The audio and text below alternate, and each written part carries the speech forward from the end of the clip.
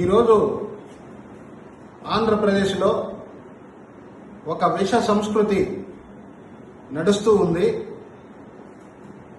ఈ కూటమి ప్రభుత్వం చేస్తున్నటువంటి ప్రజా వ్యతిరేక విధానాలను, అన్యాయాలను, అక్రమాలను, దోపిడీలను, దౌర్జన్యాలను ప్రశ్నిస్తే అలాంటి నాయకులపై, వారి వ్యాపారాలపై అక్రమ కేసులు, దాడులు, దౌర్జన్యాలు చేస్తూ ఉన్న విష సంస్కృతి ఈ రాష్ట్రంలో తయారైంది.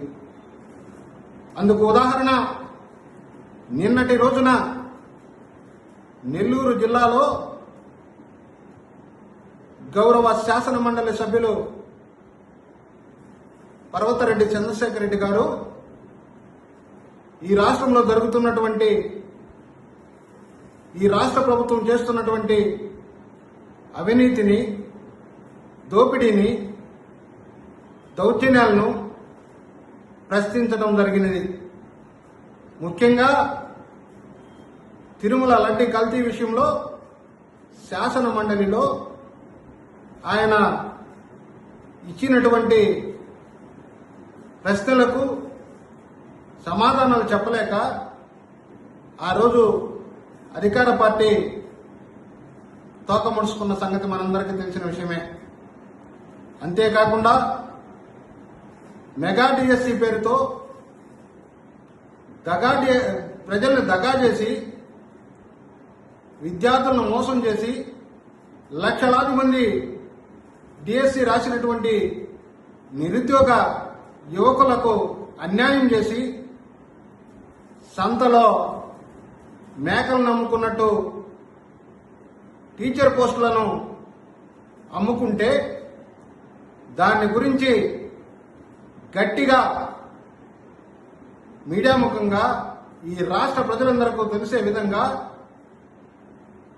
విమర్శిస్తూ ఉంటే దానికి సమాధానం చెప్పలేనటువంటి ఈ కూటమి ప్రభుత్వం, మరి ముఖ్యంగా విద్యాశాఖ మంత్రి అయినటువంటి లోకేష్ గారు ఈరోజు ఆయన కుటుంబం నడుపుతున్నటువంటి, అంటే ఎమ్మెల్సీ అయిన తర్వాత చంద్రశేఖర్ రెడ్డి గారు స్వచ్ఛందంగా కాలేజీలని నుంచి పక్కకు వచ్చి కాలేజీలు వారి అబ్బాయి అయినటువంటి రాణా ప్రమోద్ రెడ్డి గారు చాలా చక్కగా విద్యాసంస్థలు నడుపుతూ ఉంటే నిన్నటి రోజున ప్రశ్నించే గొంతులను నొక్కేయాలనే ఉద్దేశంతో ఈ కూటమి ప్రభుత్వం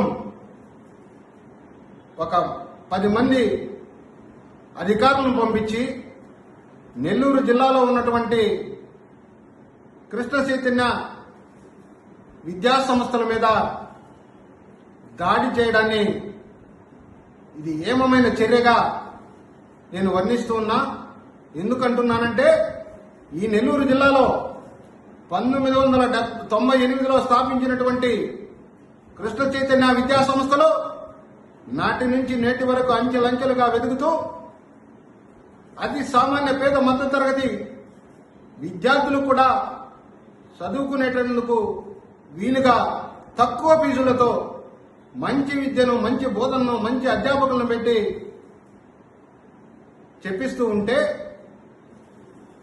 ఈరోజు నెల్లూరులో కార్పొరేట్ విద్యా సంస్థలు ఉన్నాయి.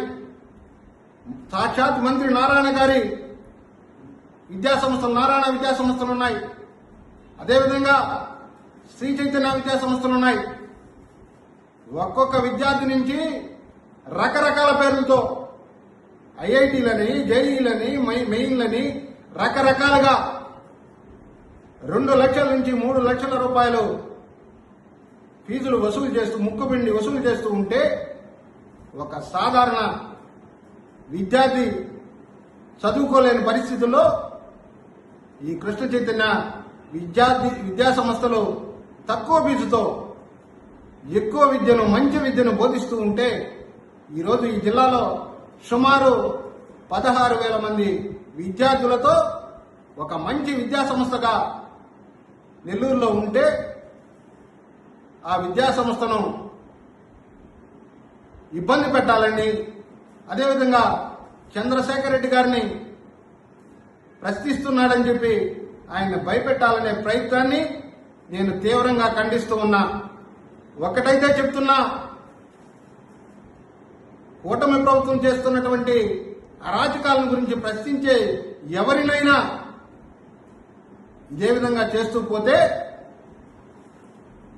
మేమందరం కూడా చంద్రశేఖర్ రెడ్డి గారు అనుచరులు మేమంతా చంద్రశేఖర్ రెడ్డి గారు కానీ అనుచరులైనటువంటి మేము కానీ మేమందరం కూడా మీ యొక్క తాటాకు చప్పళ్లకో ఉడత బెదిరింపులకో భయపడే వాళ్ళం కాదు.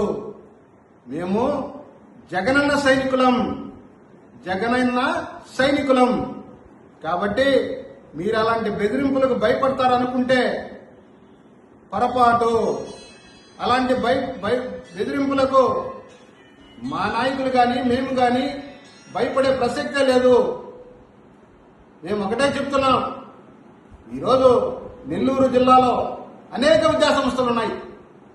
వాటన్నిటికీ లేనిటువంటి రూల్స్ ఉన్న బలంగా నిన్న సాయంత్రం 5 గంటలకు వచ్చి అర్ధరాత్రి వరకు కాలేజీల్లో విద్యార్థులను భ్రాంతులకు చేసి విద్యార్థులను భయపెట్టే విధంగా వారి దగ్గర నుంచి ఏదేదో అడిగితే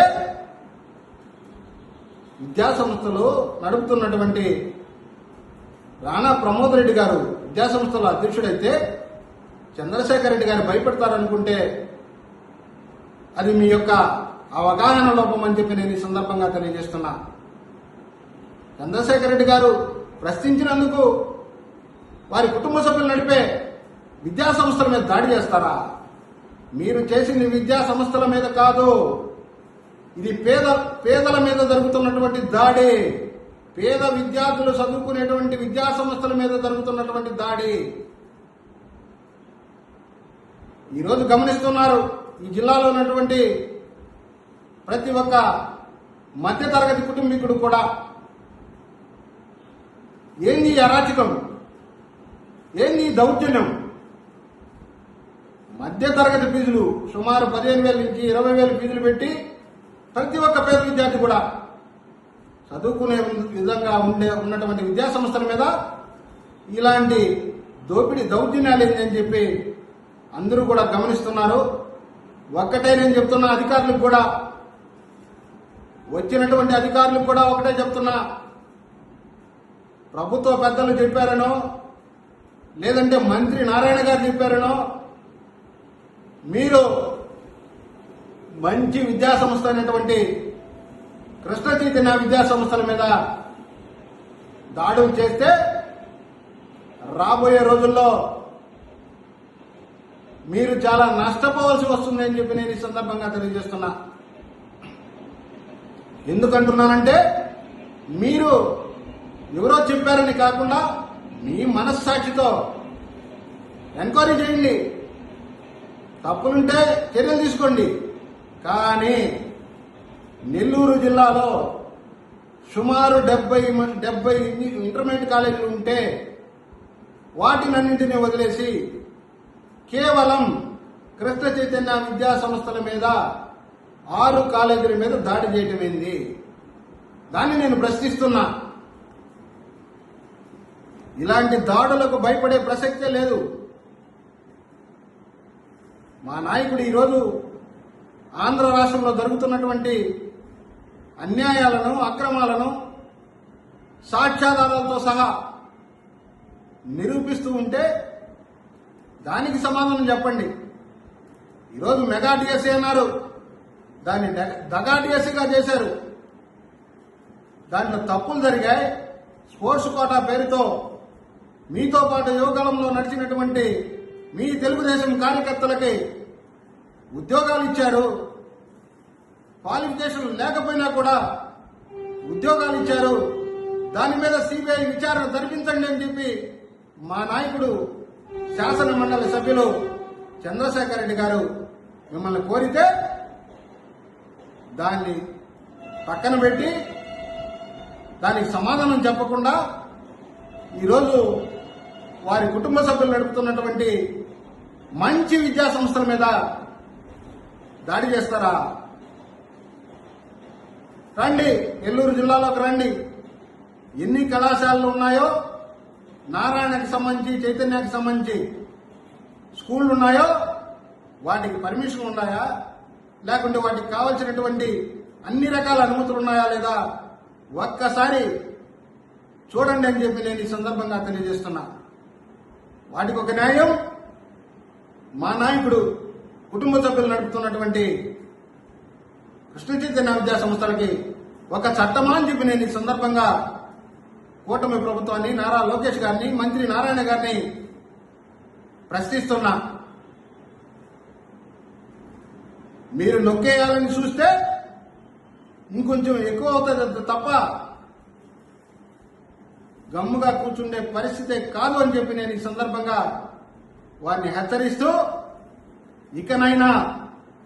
ఇకనైనా ప్రశ్నించే గొంతుకలను నొక్కాలనే ప్రయత్నాన్ని మానుకోకపోతే రాబోయే రోజుల్లో తగిన మూల్యం ప్రజల నుంచి